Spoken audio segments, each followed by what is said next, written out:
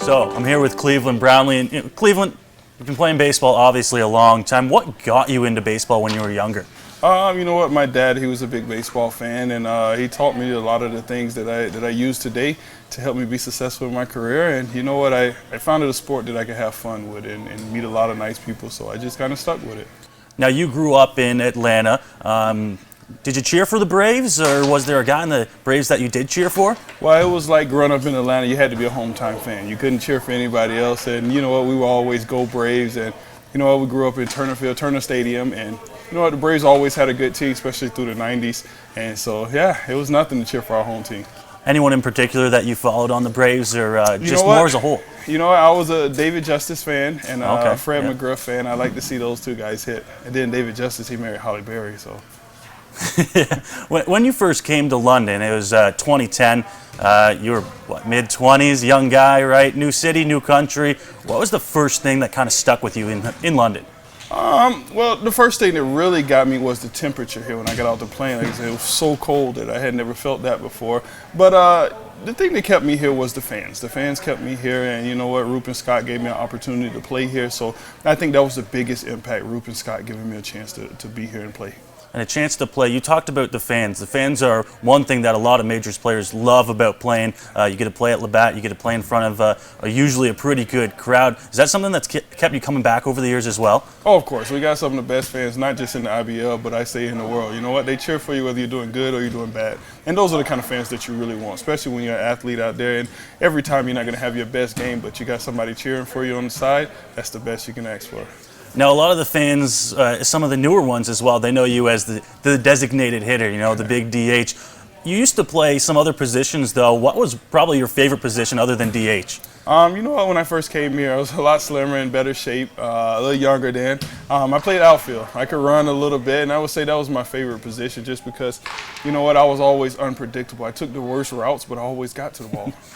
No, you played outfield. What has been your biggest key to success in the IBL over these 10 seasons? You know what, I would say my biggest key to success is just having fun. I enjoy coming out here every day. It's a privilege to be able to play on the oldest park, one of the best parks in the world, and like I said, in front of these fans. So I go out every day to have fun. I think we can see that every time you step on the field, every time you get out there for performance as well. Just having fun. The fans see that as well. You're obviously one of the biggest fan favorites on the majors, have been for some time.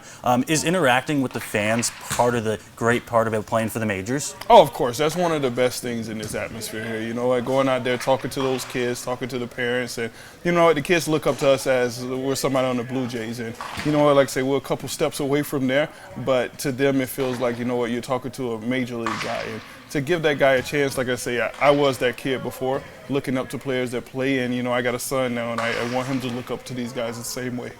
Now, you've been in the league for a while now, but you've got the chance to play against hundreds of different players. Who have been some of the guys that you've really mingled well with and continue relationships on now? You know, I keep in touch with all my guys here that came through the majors organization. Like I said, we bring kids from all over the world that have been able to play here. And, you know, I keep in touch with a lot of guys from the other teams. I like to compete. So, you know, some of those guys, they push you to the limit. So I like to keep in touch with some of them in the off season, you know, just to push their button and get everything going for the next season. One of the guys we like to talk about, Sean Riley, of course. He's been around just as long and longer than you have in the IBL. You guys both play a similar style of game. You like to hit the long ball. You have a really good relationship with him as well, right? Yep, you know Sean Riley, like I always told everybody, he's one of the best hitters I ever seen play ball. Like I say, that guy, he can hit with the best of them. He can hit with some of these pro guys now. So anytime we play against him, I always have a meeting with the team. I say, you know what, don't let Sean hit the ball over the fence today. Today's my day. Me and him are going at it. Now, some pitchers in the league, like you said, you've seen hundreds of them through the year. Is there one guy that really gave you trouble over the years or still does give you trouble?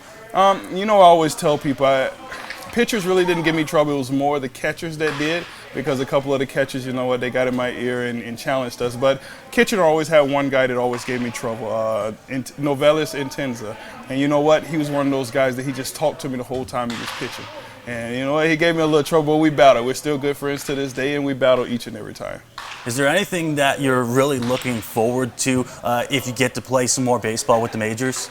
Well, you know what, like I said, if I get a chance to play, like I said, I'm helping out and everything now. So if I get a chance to play again, then, you know what, just going out there and being in front of those fans, helping these guys out to, understand what kind of opportunities they have here playing for the majors, and where this organization can lead them to, and just having fun. And I always tell people it's a privilege to be able to play baseball, especially when you get to my age and people still come out and watch you and want to see you play.